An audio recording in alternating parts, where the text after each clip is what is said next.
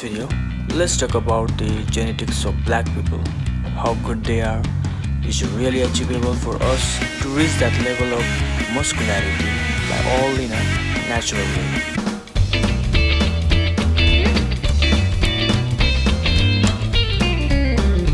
We have seen them in lots of sports: football, rugby, basketball, cricket, running in Olympics, boxing, and obviously bodybuilding. If you guys have seen them in person, you will be amazed that without training also they have a good muscular physique. Mostly in 90% of them, we Asians can hardly get interact with them, but if you have travel abroad, then you will see. So let's dive into the history first.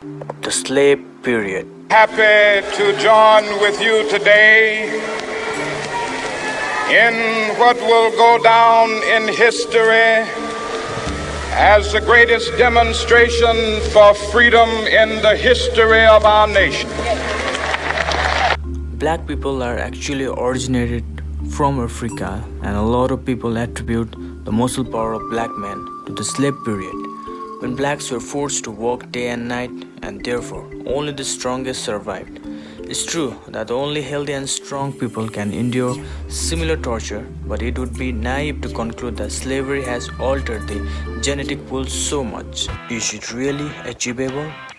For a long time, the bodybuilding community has been talking about the muscle building genetics of the black man.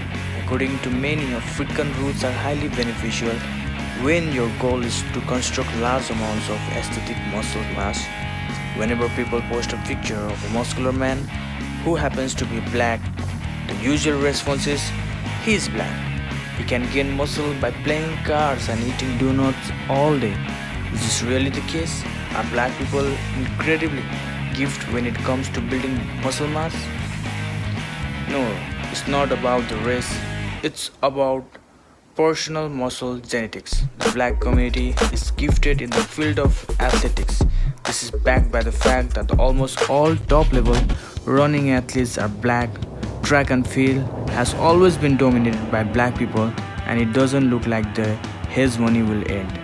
The fact that black people are good at fast and explosive sports such as sprinting has a direct effect on bodybuilding, since both activities rely on fast-twitch muscle fibers. Fast-twitch fibers have more potential for muscular growth than slow-twitch fibers. This partially explains why people carrying predominant amount of fast-twitch fibers have large muscles. However, there are highs and lows in every community. Some black people have good genetics for building muscle, but there are some who don't.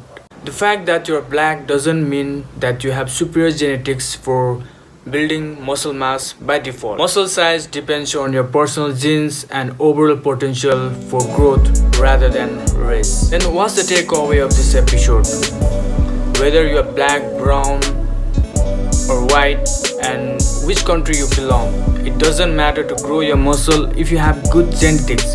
But in some areas they got upper hand, but as long as you have good diet, you rest properly, hard work, and you have consistency in the gym, you also can achieve your peak level of physique naturally in 5 to 10 years. I know it's long, but you don't have to go therapy to detox your TRT and storage.